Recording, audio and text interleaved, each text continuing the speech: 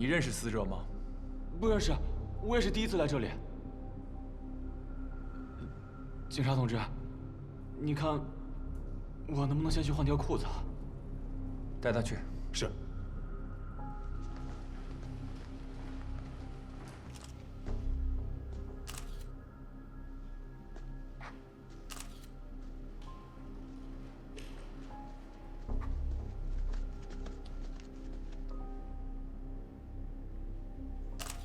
一幅绝望的画儿。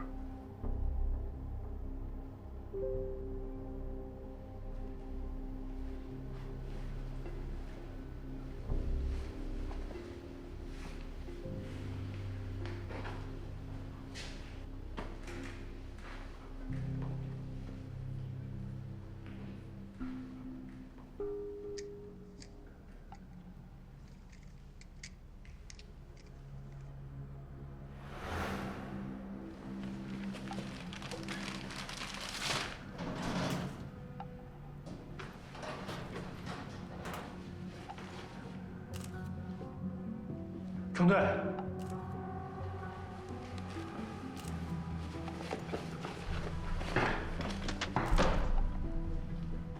这有5万块钱现金，还有，这底下原本有2个电脑主机，被拿走了1台。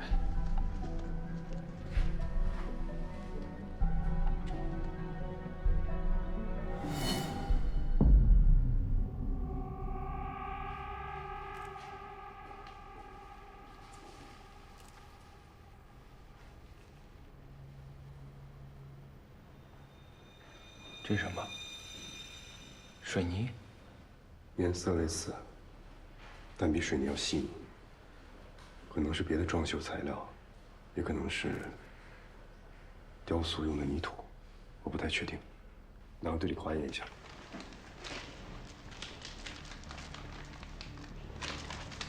死者身份确定了吗？还没有，李涵正在查。这个地方也太诡异了。一个人生活和工作全在这个防空洞里面。刚才我查了这里所有的书籍，全部都是关于法律的。死者又死得这么惨，到底是干嘛的呀？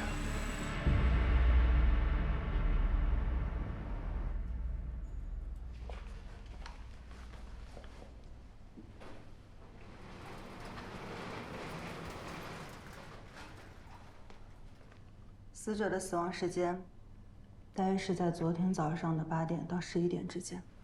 死因为多脏器损伤，大量失血。凶器是长15厘米、宽5厘米、单侧开刃的锐器。胸部5刀，刀刀致命，非常果决。小腹、耻骨是16刀，而且下体全部被刺烂。从凶手下刀的角度和力度来看，受害人当时应该是躺在地上。根据他手腕上的勒痕和被打淤青的不同程度看，死者在生前持续遭到凶手的毒打。下手真够狠。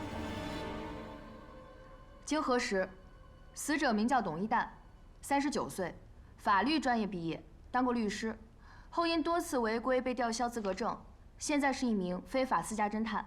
他具备反侦查能力，没有监控可以拍到他事务所的进出口。私家侦探？有查到最近他在代理什么案子吗？没有，有1台电脑主机不见了，只剩下了电源线。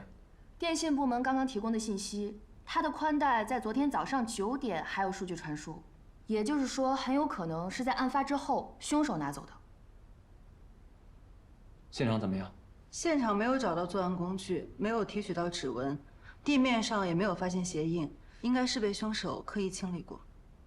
不过在门口的地垫上发现了2个带血的鞋印轮廓，45码。床上没有床单，不知道是不是被凶手带走了。在沙发垫上提取到了死者的精斑和一名女性的体液。根据房间内的温度、湿度以及空气流速，应该是在案发前10到20个小时之内形成。现场找到的录音笔，录音时间是案发前1周。怎么了？内容是这样的。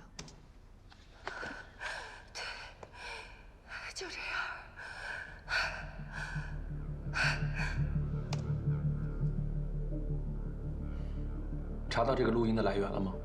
暂时还没有，但是案发前一天，有一位女性给他打过电话，叫宋敏捷。我在现场还找到了一个装有5万块钱现金的帆布包。可惜包里的纸币在流通的过程中经手的人太多了，我们也没有办法在包上提取到有效的指纹。通过手机日志，我们还可以发现，案发当天他手机里的一些照片被删除了。通过技术手段，我们找回了这些照片，要么被遮挡，要么很模糊，完全看不清楚。只有这么多？目前手机里就是这些，但我觉得这很有可能是手机剩下的废片。什么意思？如果需要把手机里的照片传输到电脑，那么一般人的操作习惯是会先批量选中需要传输的照片，传输之后呢，回到手机批量删除这些照片，那么剩下的就是一些没用的废片了，可能会在1个月甚至更久之后集中删除。技术部门能恢复吗？如果是曝光问题可以，但如果像这种被遮挡或者原本就拍得很不清楚，就没办法了。我可以试试。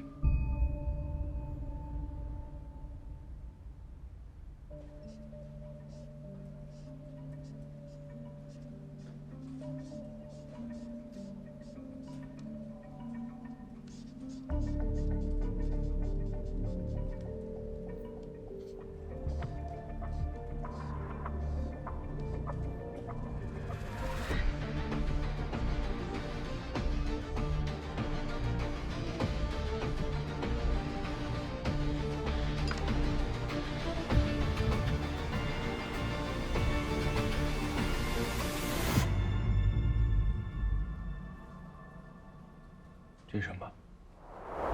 水泥？颜色类似，但比水泥要细腻。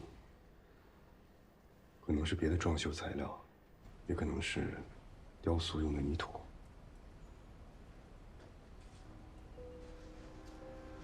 不成，怎么了？你找我？这是我根据飞片推断出来的跟踪位置。剧本杀、汽修厂、陶艺工坊。还记得我们在装钱的袋子里发现的泥土颗粒吗？我觉得很有可能跟这里有关。沈毅还原的3个地点查到了吗？查到了，分别属于黄涛、郝自强、阮芳芳的工作地。确定是他们？确定。他们是谁啊8年前一个案子的凶手。海素网吧纵火案。那个网吧老板为了逃避派出所突击检查，锁住了铁栅栏门。他们3个因为与老板发生口角，就想恶作剧报复，点燃了网吧后门的杂物，最终造成网吧老板在内的19人死亡。当时由于3人都未满18周岁，黄涛被判了7年，郝自强判了8年，阮芳芳因为未满14周岁，没有被追究刑事责任。我们还在当天董一蛋事务所附近的公共监控找到了这个视频。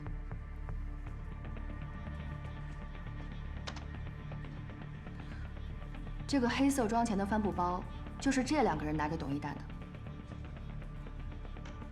他们离开的路线与沈老师还原的地点也可以对应得上，所以这2个人很可能就是黄涛和郝自强。干嘛？我不回去。你，我不回去了，我真不回去了。你们别过来！我不回去了！你们别过来！哎呀，你还委屈上了？周老板在哪儿？我问问他，为什么找个杀人犯在这工作？为什么？我们蹲过监狱了，现在法律已经允许我们回归社会，你们还想怎么样？我们的希望都被你们几个杀人犯给毁了，凭什么蹲那么几天就放出来？凭什么？凭什么？你知道我在里面过的什么日子吗？8年，8年。我真不回去了。赖着一壶，你们到底想怎么样？杀了我们吗？一命换一命，你给我站下！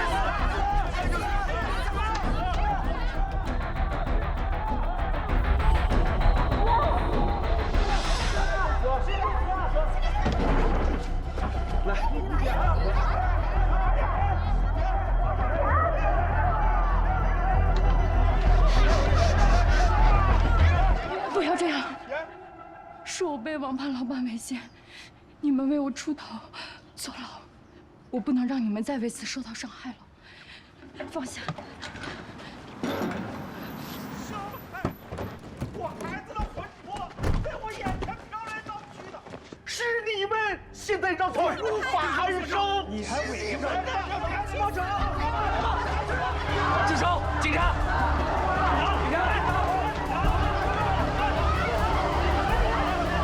警察！别打了！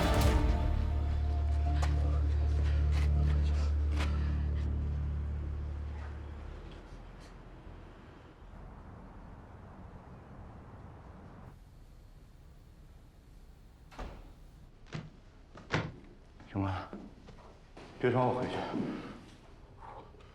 我不回去，我求你们了，我求你们了，别抓我回去，我求求你们了。没人会抓你回去。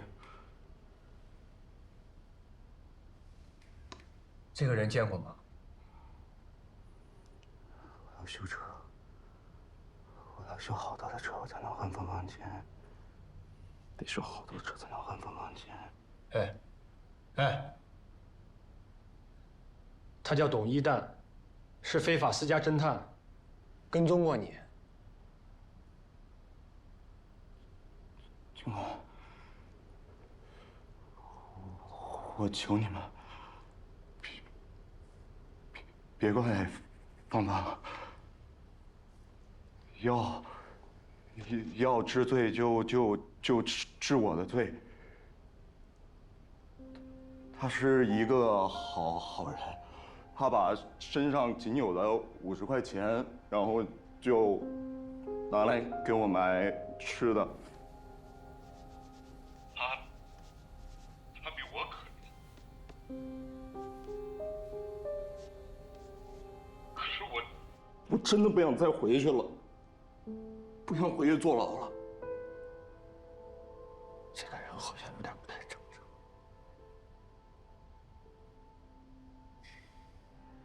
我知道他跟踪我们。那天你们去找他干什么？他要挟我们，让我们给他钱。如果不给钱，他就把我们的地址发给那些家属。现场这5万块钱是你们的？是。给了钱之后呢？那王八蛋突然反悔，不肯删照片，所以你们杀了他？没有，我们就抢了他的手机，把照片删了。我们没有杀人。那董一蛋的电脑主机是不是你们拿的？不是。删完照片我们就走了。这个王八蛋出尔反尔，不管凶手是谁，我都谢谢他。你和郝自强都刚出来不久，5万块钱不是小数目，你们怎么拿得出来？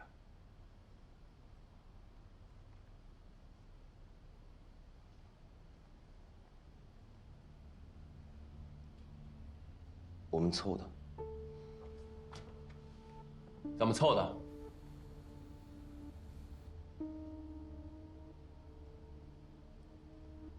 郝自强根本没钱，我东拼西凑，凑了1万多。1万多，那剩下的呢？剩下的不是芳芳解决的。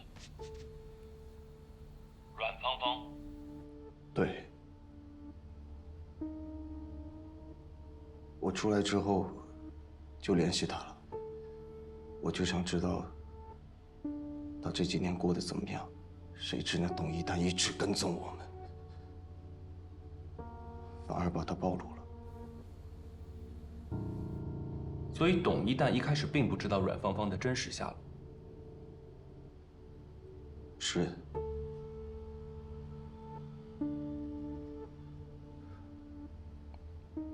都是我不好。芳芳她是最无辜的，她不仅没有怪我，还帮我们筹钱。警察同志，整件事情跟芳芳没有关系，她是被卷进来的。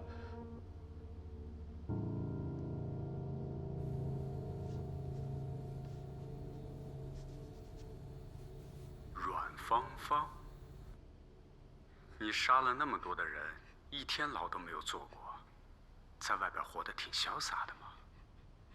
如果我把你们仨的身份公布到网上，你觉得会有什么后果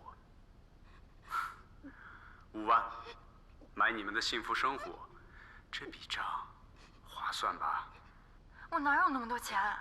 没钱，没钱可以卖哦。我录音了，我可以去报警。我知道你住在哪儿，也知道你那俩相好的小瘪三儿住哪儿。你想想清楚，自己可是杀人犯。你要是不想给这个钱，那好，我就把你们的信息和照片全部交给王浩。你被勒索，为什么不选择报警？我本来是想报警的。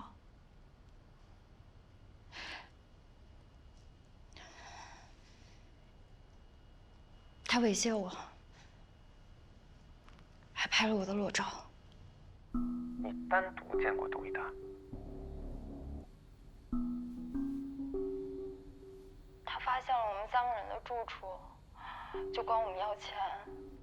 我在想，黄涛他们好不容易才从里面出来的，如果董一蛋和他们见面，我怕会出什么事情，所以我就单独去找董一蛋。看看还有没有其他的办法。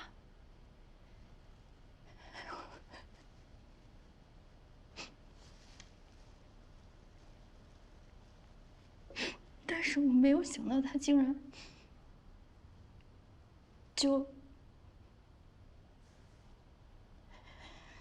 而且他还威胁我做我不喜欢的事情。对不起，对不起，不像这样的。你为什么不选择反抗？我有罪，我曾经犯过错，所以无论发生在我身上什么样的事情，我都认了。录音最后提到的那个王浩，他是谁？他是当年火灾受害者家属会的，是他委托董一蛋来调查我们下落的。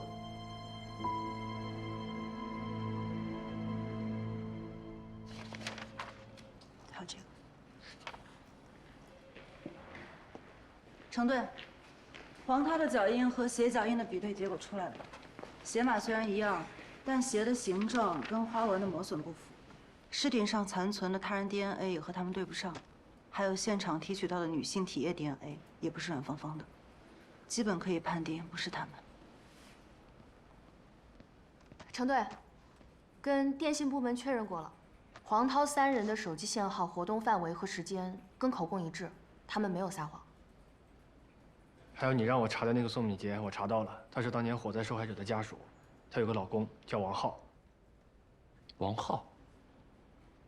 刚才阮芳芳也提到了王浩，你们俩去趟宋敏杰家里，排查点线索。好。好。啊，对，可以把他们放了。明白。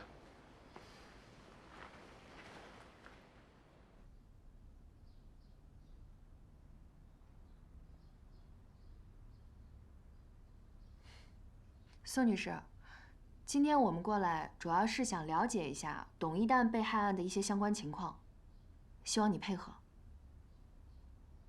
宋女士，你跟董一蛋是什么关系？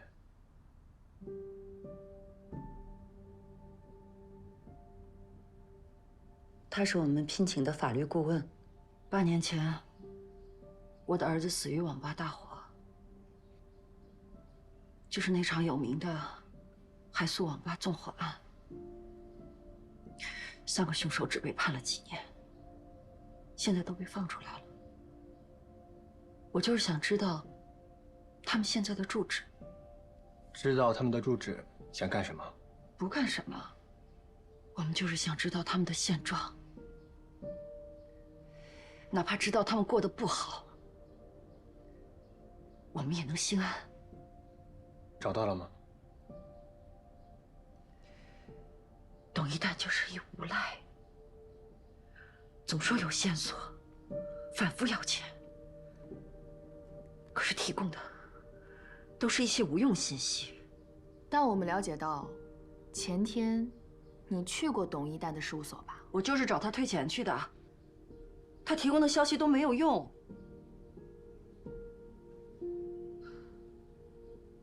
开始他也不愿意退，我说要去告他，他才同意。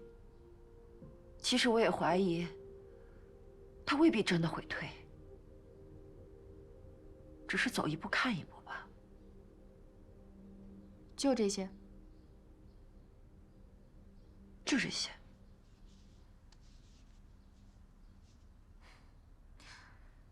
苏女士，其实呢，我们在现场找到了一支录音笔，里面有一段音频，你听一下。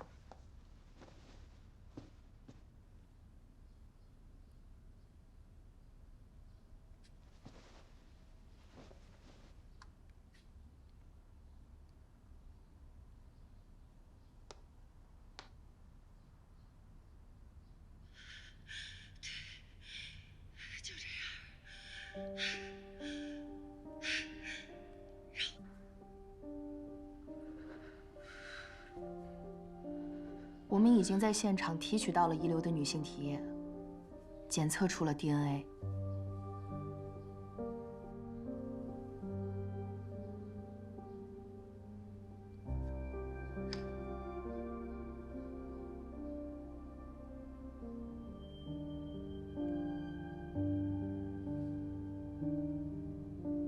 是我，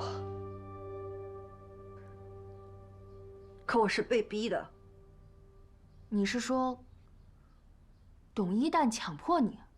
是我的丈夫，王浩。王浩，你老公？我知道你们不理解，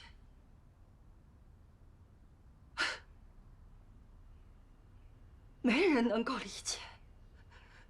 你们不知道，这个家失去了孩子，我过的是什么日子？王浩天天看着我，这个家已经变成关我一个人的监狱，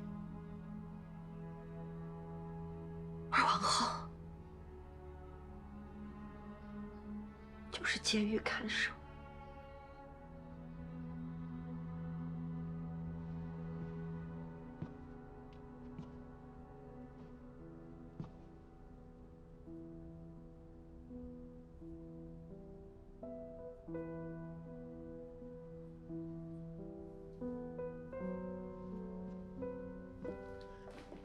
哎，回来啦，正好饭也好了。儿子照片呢？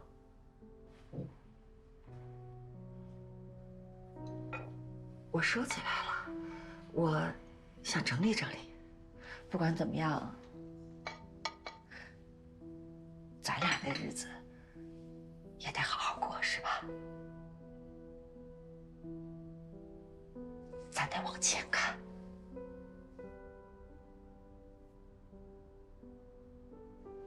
你凭什么往前看？我每天上班辛苦工作，我就要求你做一件事情，就是把孩子看好。一件事情你都做不好吗？咱们儿子多大啊？15岁，15岁，他去网吧包夜，你看不住他，你怎么当的这个妈？现在你想往前看，看不了。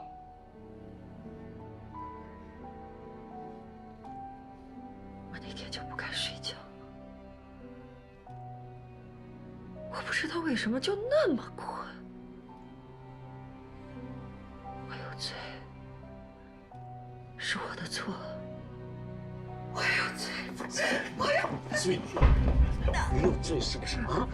我告诉你啊，要觉得你有罪的话，你把害死咱们儿子那3个小杂种找出来，把他们都杀了，你赎罪，你赎罪啊！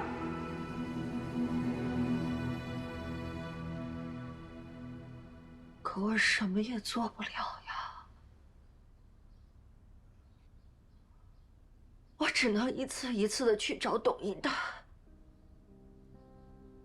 我总得做点什么，才能让我这心里好受一点，是吧？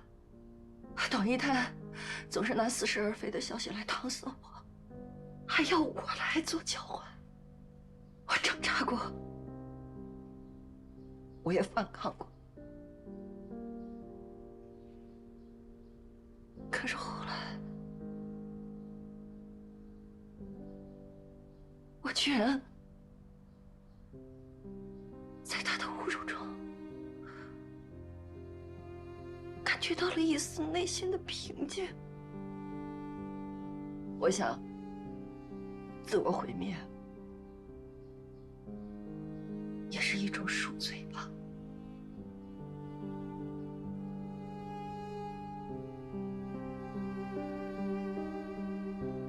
王浩大概是发现了我的变化，于是，在我包里放了窃听器。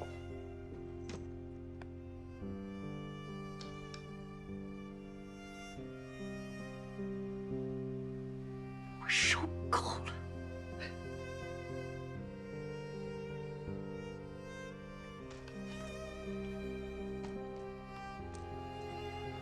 我想，他一定会跟着我。我希望他冲进来把我杀了。我如果死了，这一切就能结束了。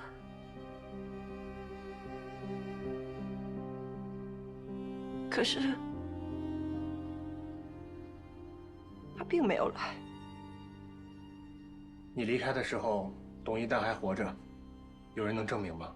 他送我出来打车，司机应该看见他了。昨天上午8点到11点，王浩在哪儿？不知道。那你最后一次见他在什么时候？昨天晚上。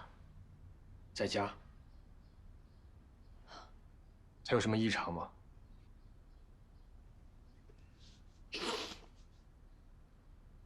不知道。我们已经很久没有正常说话了。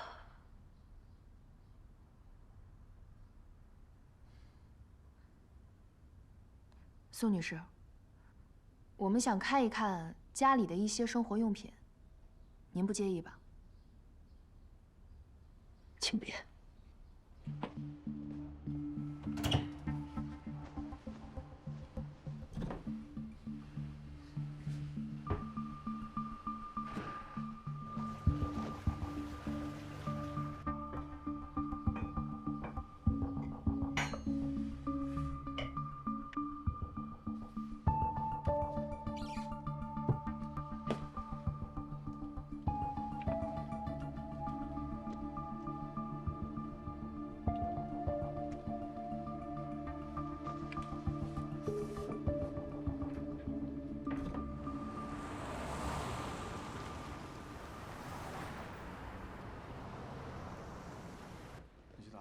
1个小时之后开会啊，知道了。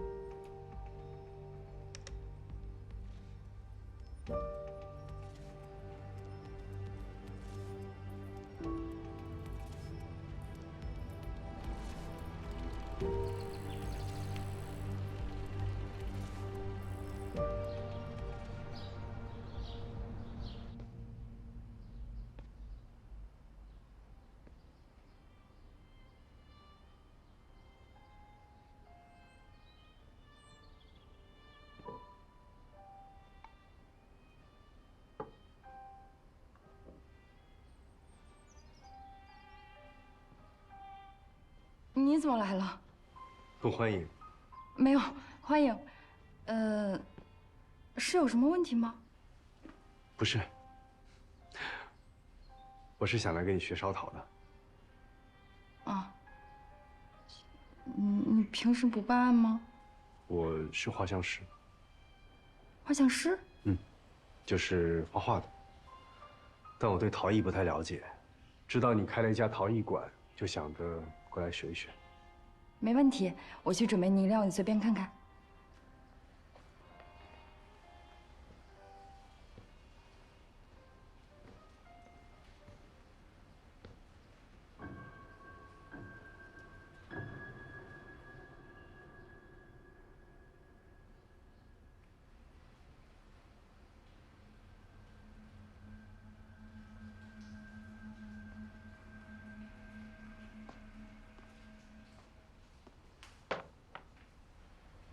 这个陶瓷碎片的中心是不是少了点什么？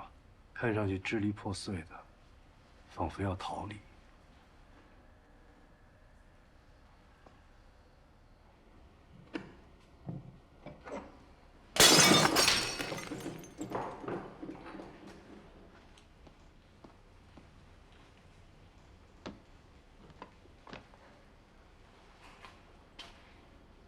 现在是不是要好很多了？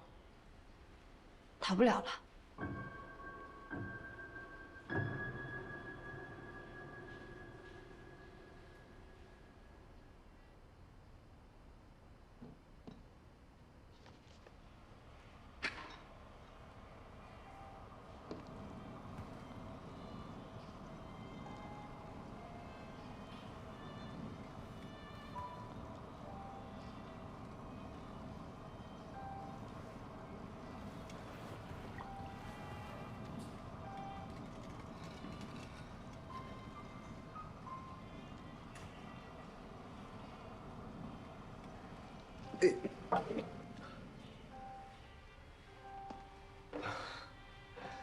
真是难啊！力道稍微控制大一点，就坏了。做陶艺都是这样的，要学会恰到好处的控制。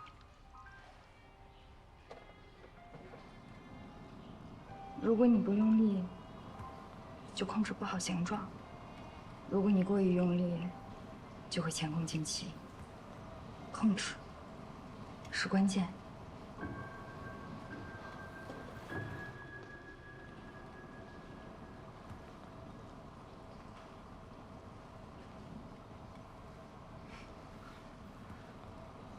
哎，你为什么想开陶艺馆？我开这个小作坊，就是为了能够有一个安安静静的地方。这里没有人知道我的过去，也可以逃过那些家属无休无止的纠缠。但我知道，逃不过。我知道你不是真的来找我学陶艺的。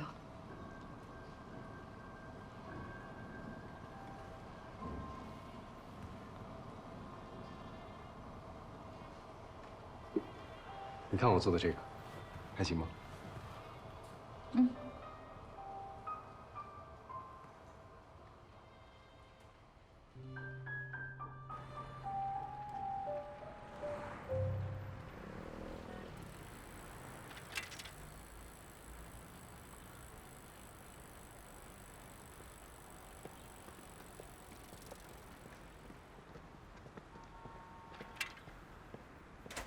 李涵。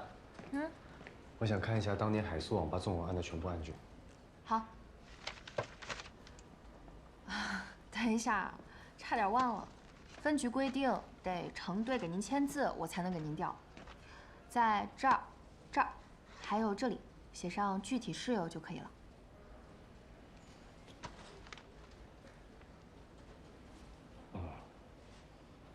好，谢谢。嗯。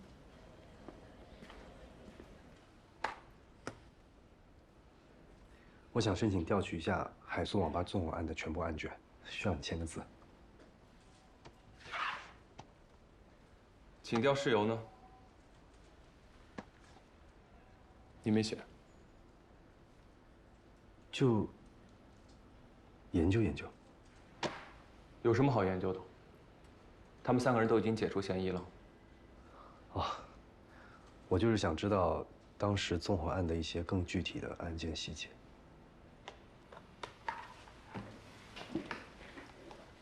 你可以有自己的猜测，进行自己的研究，我都支持。但我们现在在调查的是董一蛋案，不是纵火案。这个字我签不了。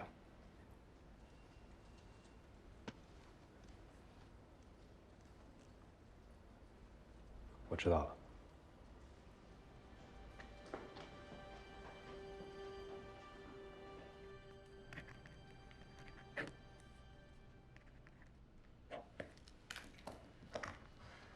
那，谢谢张局。我觉得你选的这个案件啊非常好。他们3个到底谁才是纵火案的主导？悲剧为什么会发生？当年舆论讨论也是很激烈的，公安大学的犯罪专家也都发表了意见，但是从来没有人提出从美术和心理疗法方面切入剖析罪犯。我相信你对人的敏感度。而且你做的这个人性图谱的探索呢，也非常具有开拓性质。如果要是再能把它总结出一套样本模型的话，也许对我们的刑侦工作也能开拓出一个新的破案思路。我努力，但就是不知道能不能走得通。加油，你一定可以的。回头我给你申请一笔经费，专门用来研究这个课题，好吧？太好了，谢谢张局。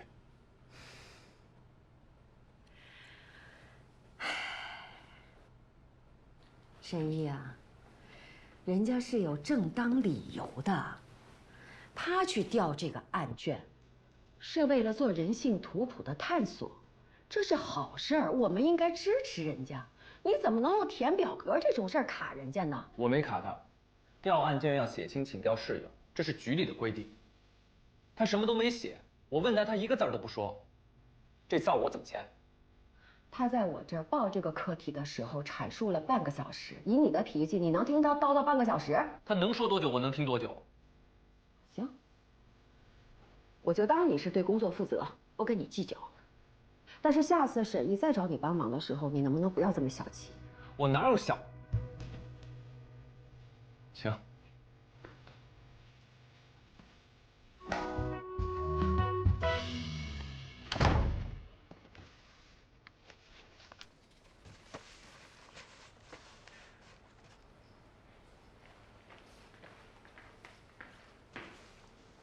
张局刚才叫我去他办公室了，他表扬我，夸我对档案资料认真负责。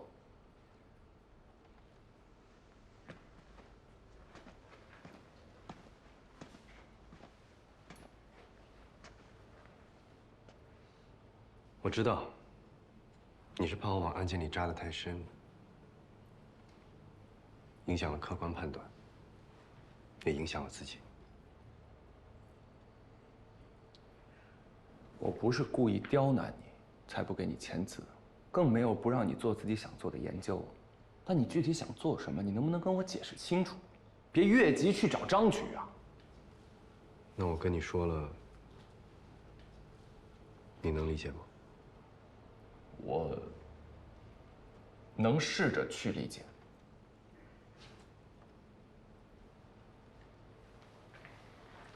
对了，张局怎么夸你了？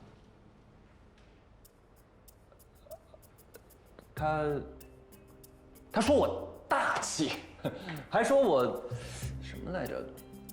夸我半天，我不记得了，好多呢。彭队，按照程序提取了宋敏捷的 DNA， 跟被害现场沙发上的女性 DNA 一致，也跟出租车司机证实了，看到董一蛋送他上了车，出租车直接送他回家了。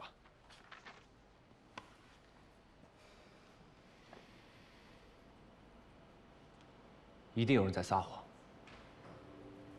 宋敏捷明明就是火灾家属会的牵头人，但他却说董一蛋什么都没查到。家属那边怎么说？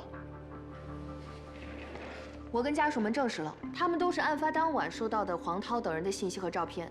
经过晚安协查，我们发现发出信息的 IP 地址就是宋敏捷和王浩家。王浩的手机一直关机，一定是怕我们查到他的轨迹。程队，足迹专家的鉴定报告。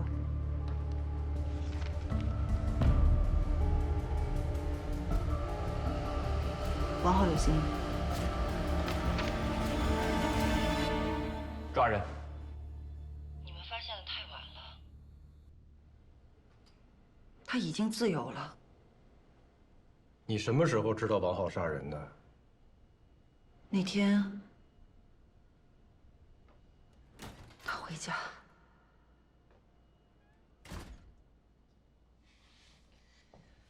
饭在厨房里。我把他杀了。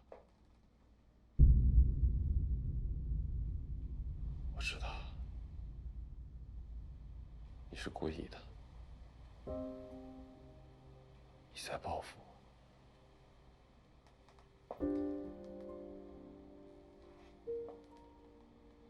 你把我也杀了吧。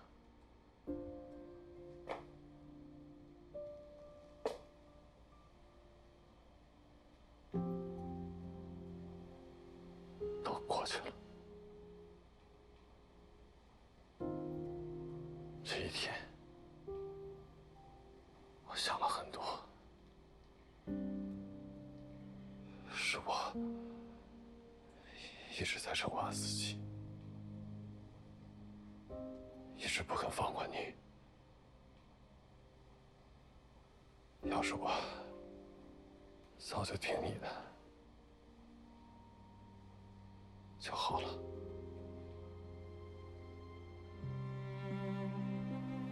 快走！你听我的，你快走！你听我的，我累了。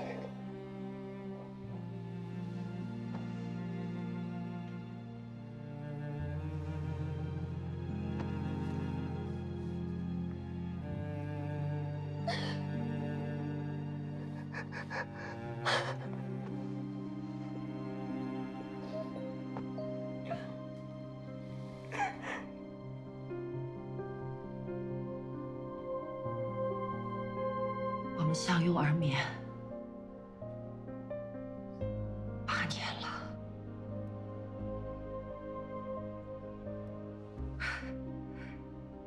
第一次睡了一个安稳觉。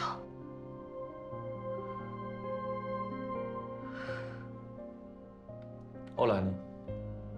我醒时，他已经走了。他给我留了张字条，他说：“这辈子太苦了，希望下辈子老天爷能对我们好一点。”王浩人现在在哪儿？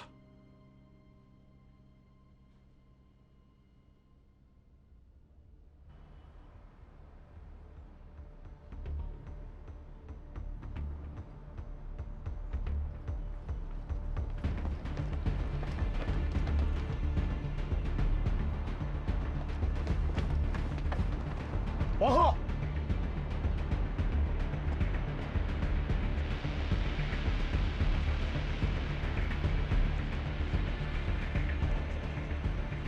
王浩，你千万别冲动。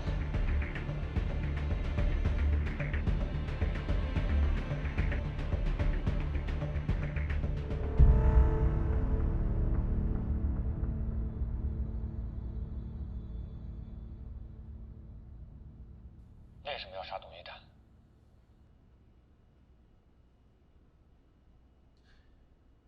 那天，我听到了他又在跟董一丹约时间，我就跟了过去，我还带了把刀。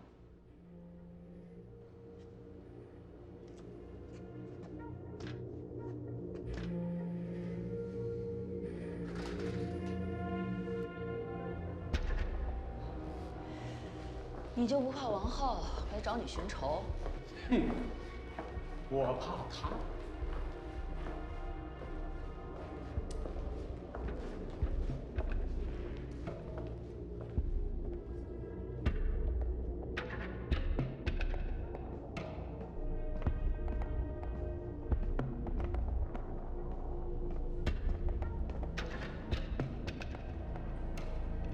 那一刻，我决定，我要拉他一起下地狱。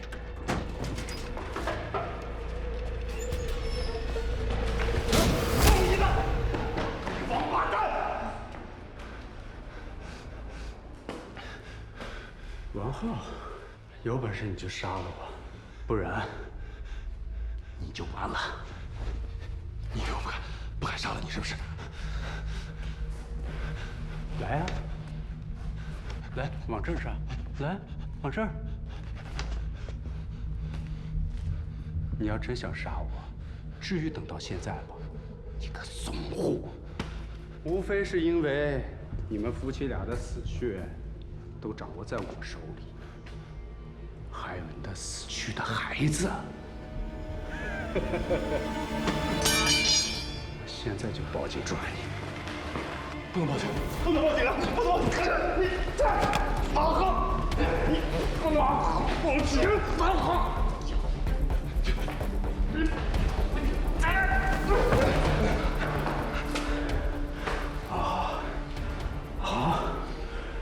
你知道吗？你老婆感觉还挺不错的，个怂货，你个怂包！走一个！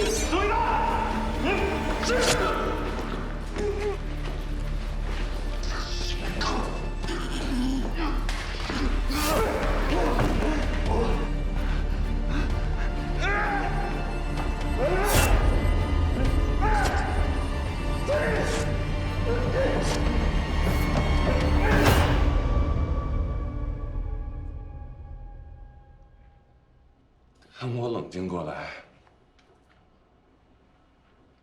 董一蛋已经死了。我知道我的命也快到头了，可我老婆呢？她以后怎么办？我不能让别人知道她跟那个人渣的事情啊！所以我就擦光了所有的指纹，收了床单，擦了地。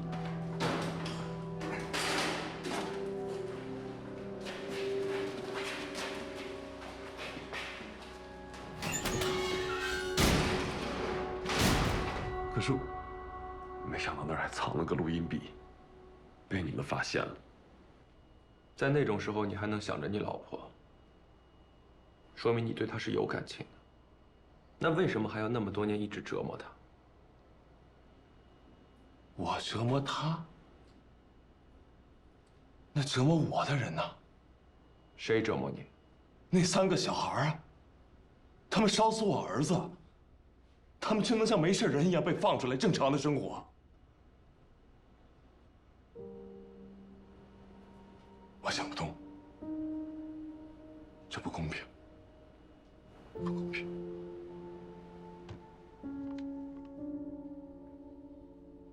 值得吗？因为放不下心中的执念，而让自己走上一条不归路。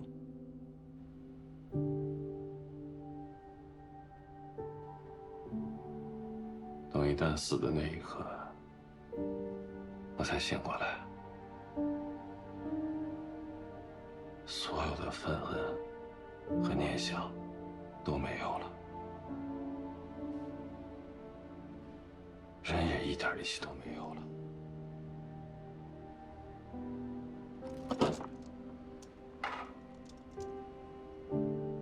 我知道，我把一切都毁了。我一直不放过他们，最终是没放过自己。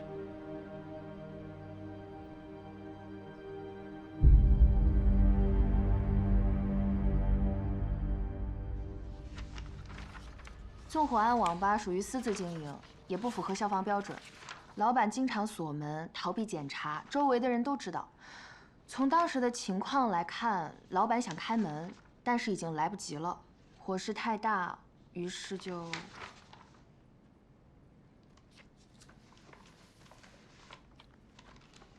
有人看见老板锁门吗？没有，这儿写着呢。这里，火灾是凌晨，周围商户都已经下班了。等消防来救援时，已经晚了。里面的人死于浓烟吸入导致的窒息。经过消防起火原因判定为嫌疑人3人在门口处故意淋上汽油，点火引燃易燃物，引燃地毯和装修材料，导致火势从走廊蔓延到网吧里面。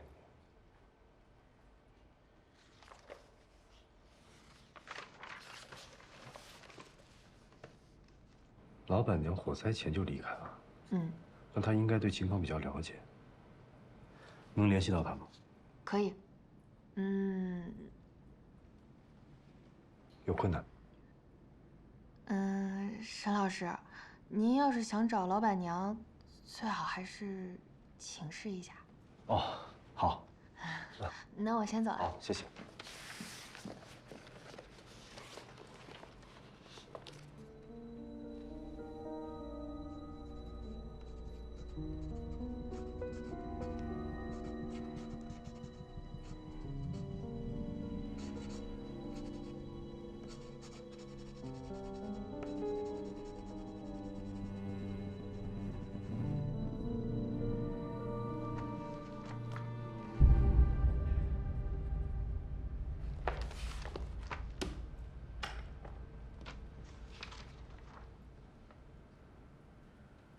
只有铁链缠绕，锁在哪？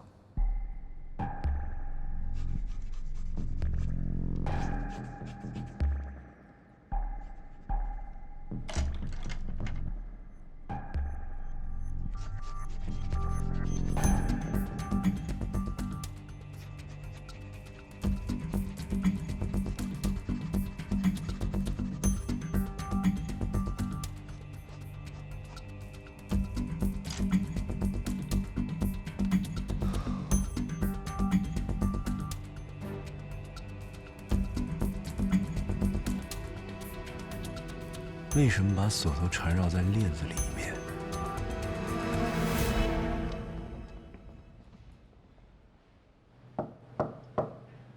进。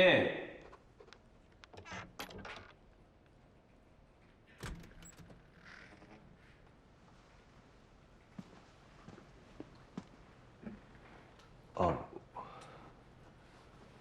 我让李涵帮我找一下纵火案网吧的老板娘，问一些事情。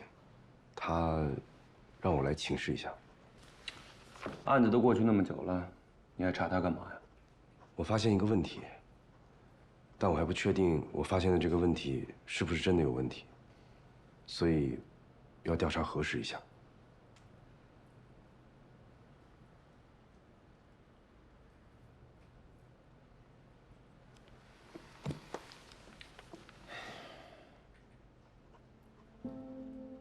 行，你去查吧，但千万记住，查的时候遇到什么困难，别一个人扛着。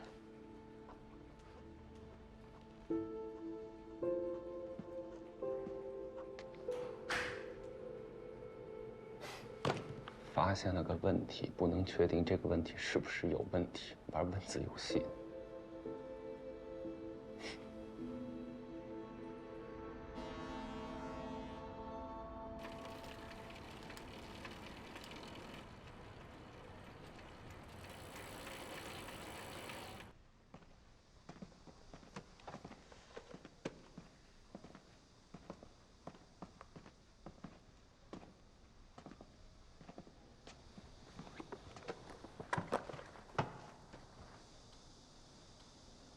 喂，你好，您现在有时间吗？想找您聊聊。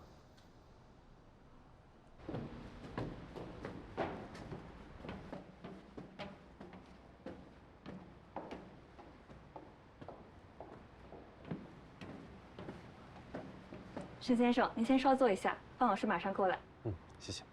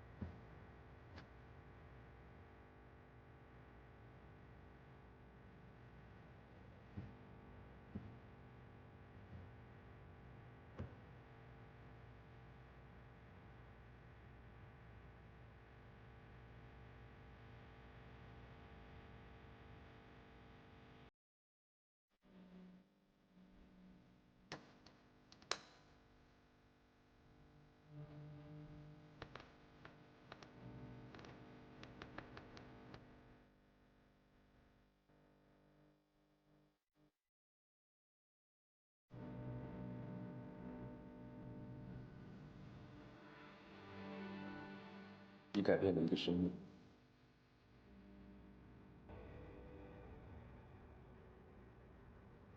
我不知道，它更像我认识的曼陀罗花，在圆形之内填上颜色。万种可能，在落笔的一瞬，化为唯一，象征永恒的时间和彼此的连接。这就是你办公的地方。对，跟我想的完全不一样。这些果子，你吃吗？A16应该可以了。给你榨杯果汁。啊，算了，都编号了，压力太大了。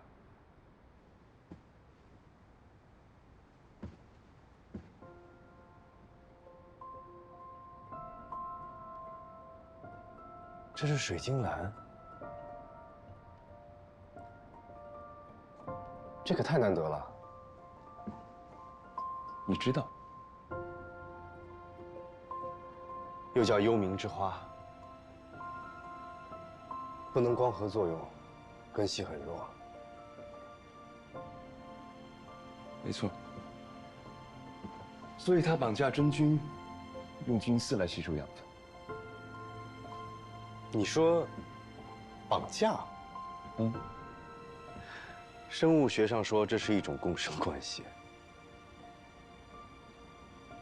水晶兰是寄生在真菌上获得大部分养分的，它们欺骗真菌，狡诈地偷取食物，这是一种本能驱使。欺骗？寄生？危险关系？你怎么了？哦，我想到了最近在接触的一个女孩，她给我的感觉很特别，表面上看起来漂亮柔弱。对不起，对不起。但她总能让我感觉到危险，充满着不确定性。甚至我有一种强烈的预感，他在操控什么。逃不了了，如果你过于用力，就会前功尽弃。控制是关键。就像他在极力地掩盖某种真相。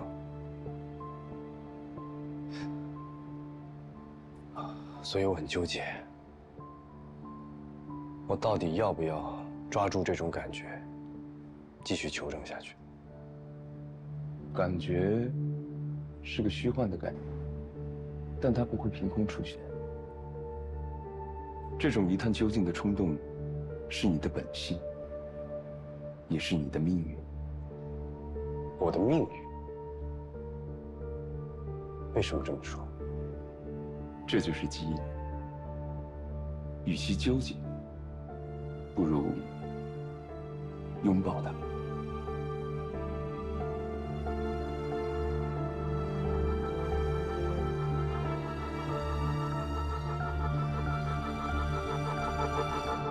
我下次再来唱你的 A16。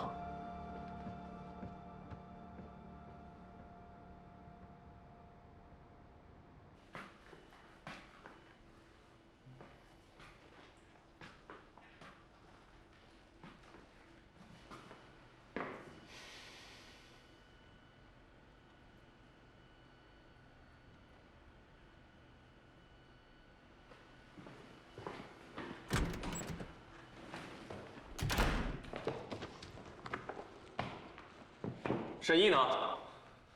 说他出去了。这些是沈老师让我帮他拿的书，你找他。好。喂。行，我知道了。华汉小区发现疑似人体残肢，走。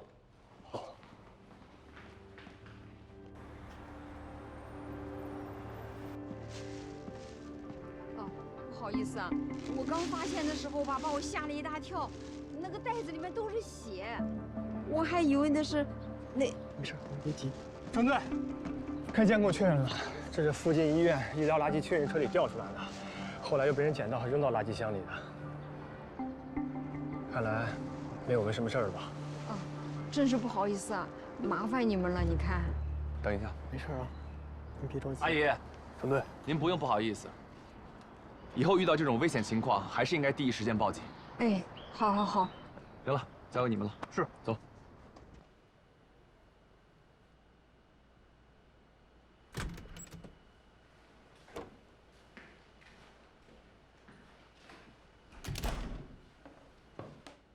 今天找您过来，主要是想了解一下当年海素网吧纵火案的事情。还有什么问题啊？这该判的不都判了吗？我都坐3年牢了。你别害怕，我们不是要追究什么。这个门你应该有印象吧？哎呦，当年你们逃避检查的时候，会这样锁门吗？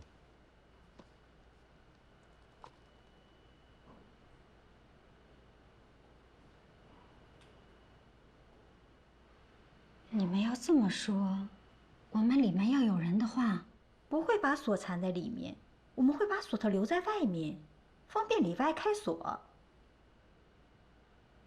难道是那3个孩子故意这么干的？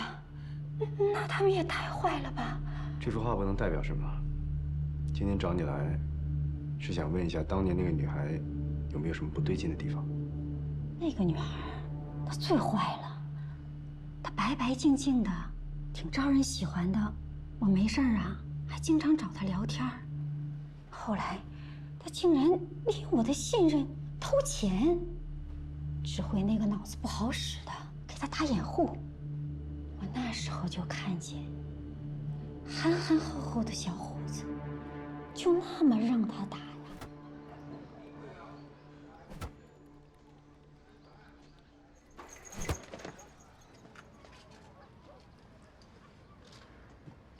对不起，啊？我错了。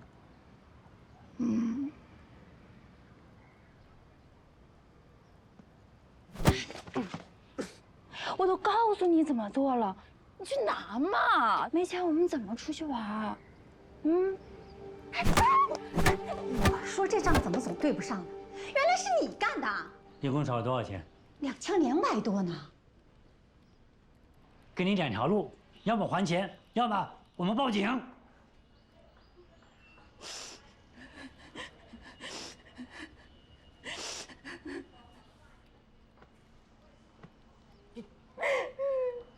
护着吧，你干什么？干什么？你干什么？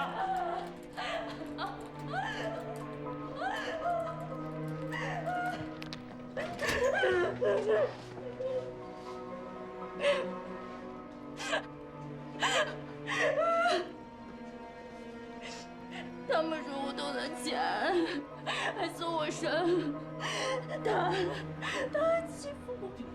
没有的事儿啊！你们怎么可以这样？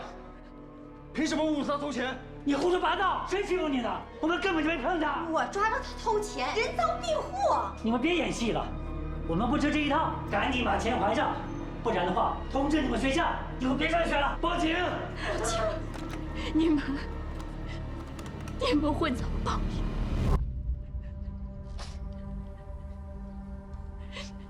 那女孩忽然变脸的样子，我至今还记着。没想到，她竟然因为我们抓到她做坏事，故意报复，把我老公和那么多人都是烧死了。